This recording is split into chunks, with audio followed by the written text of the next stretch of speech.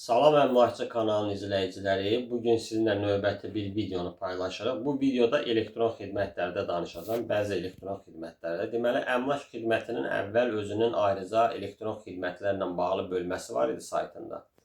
İndi o elektron əmlak deyək də, bağlanıbdır, verilibdir. Birlikdə İqtisadiyyat Nazirliyinin elektron xidmətlər bölməsindədir.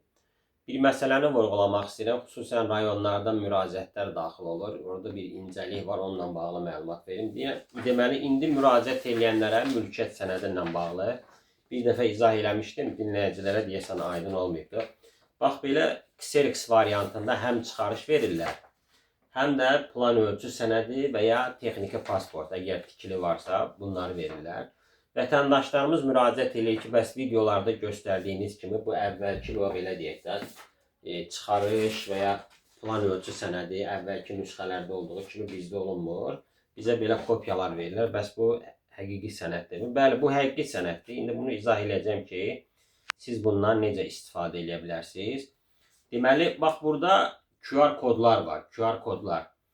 Hər bir smartfonda, demək olar ki, müasir smartfonda QR kod funksiyası var. Həmin QR kodla girirsiniz. Deməli, bax bu QR kodun üzərində gəlirik. Bax görürsünüz, QR kodu oxuduruq belə. Oxudan kimi avtomatik bizə elektron xidmətin linkini verir.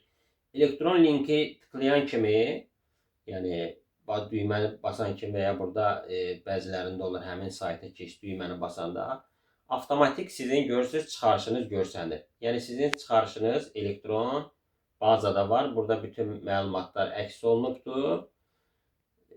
Bu deməli o deməkdir ki, artıq sizin çıxarışınız həqiqi çıxarışdır. Yəni bu sistemdə var. Bunu izah elədik.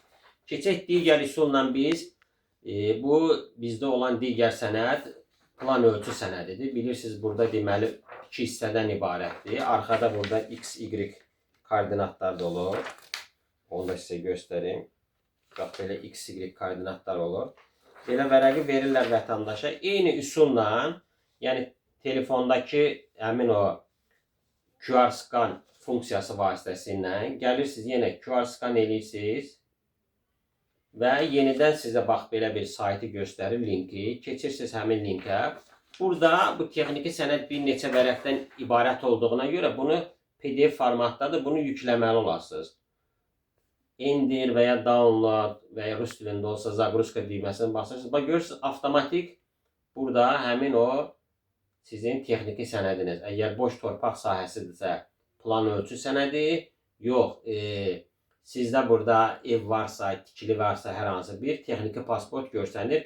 Bunu siz asan xidmətdə bu kopyaları verəndə, yəni ödənişi eləyəndə, bunun linkləri də sizin smartfona gəlməlidir. Yəni müasir smartfonumuza linklər SMS şəklində gəlir və o smartfonun yaddaşında qalır.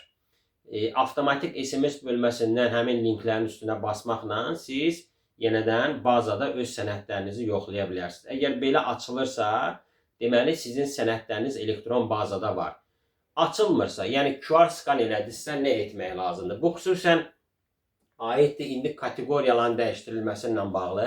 Bəzən belə köhnə çıxarışlar və ya plan ölçü sənədləri olanda torpaq sahəsində bunu elektron orada məlumatları yazanda yazır ki, elektron bazada sizin məlumatlarınız tapılmadı.